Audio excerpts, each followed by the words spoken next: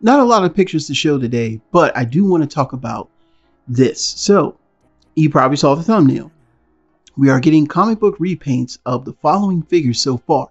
We're going to get Shockwave. Of course, that is the Voyager leader Shockwave repainted into this nice animation like deco, kind of similar to the 35th anniversary Megatron and Optimus Prime, though it's not quite as cell shaded looking.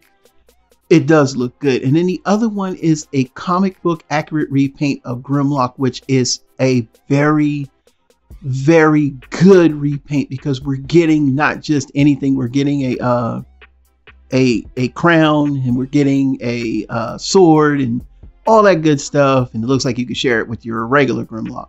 The decos look nice. Preface of the comic, Till All Are Dead, I think that's the one. I used to buy these comics, so I know that's the one where he defeats Megatron. And that comic, and then of course he takes Optimus Prime's head, and inside Optimus Prime's head was the creation matrix. Now this is the first time we heard of any type of a matrix was in the comics, not in the actual cartoon. So we kind of knew about a creation matrix, and of course he used that creation matrix to make the Constructicons.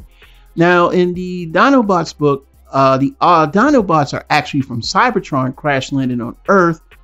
And then they crashed into tar pits or something, and Ratchet found him and he needed the help or something. And I forgot. I used to own the book. I got to go back and read it.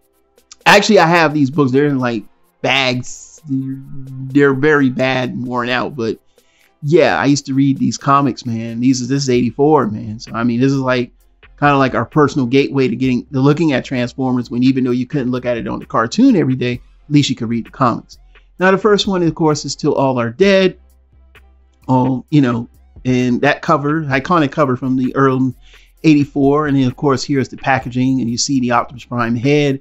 And you also see the new repaint of Shockwave, which looks very good. And, of course, we have to show him off as a ship, even though he's really a gun. But still, this is what he looks like. He's got like a racing stripe thing going on. The cell shading on this one doesn't mesh well as it did with the Megatron and the Prime, but the interesting part is the Prime head. Is this a precursor of a head from the new one? Because he would be comic book accurate. Now on to Dinobot, and Grimlock, and I gotta say this one really does look good. The blues, the grays, and the yellows, it makes sense now. I see that the chest looks like it could be one piece, but would it be the same color? I would leave it on if it doesn't come off. But here he is in Dinobot mode, and he looks good. And of course, here he is in robot mode. He's got the crown. That's the main reason to buy this, is you can use that same accessory on the original Studio Series 86 Grimlock. And he's got swords. It looks like 3 swords. If that's the case, I'm in. So they got me. So it was Transformers number 5 and Transformers number 8. All Are Dead, and now the Dinobots. We know that already, but they got me. This repaint got me. I really am impressed with this repaint.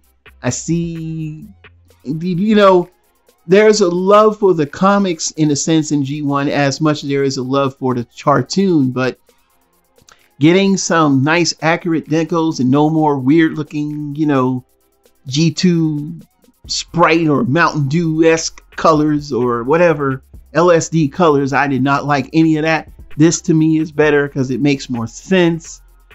It looks good. It still gets that comic feel. And a lot of other third parties were doing the same thing, especially with Grimlock. Shockwave, not so much, but it's still Shockwave. I still want another Shockwave. So what are your thoughts? Leave them down in the comments below. The prices are as follows. Shockwave is $39.99 and Grimlock $59.99. Again, the prices. And prices be damned. The main thing is, these are good looking repaints, and I'm not gonna lie, you should get them. This is Super Robot Ed, bringing more news and reviews. Until then, we'll see you soon. Bye bye. And they are making it really hard to say no to some of this stuff in this 40th anniversary.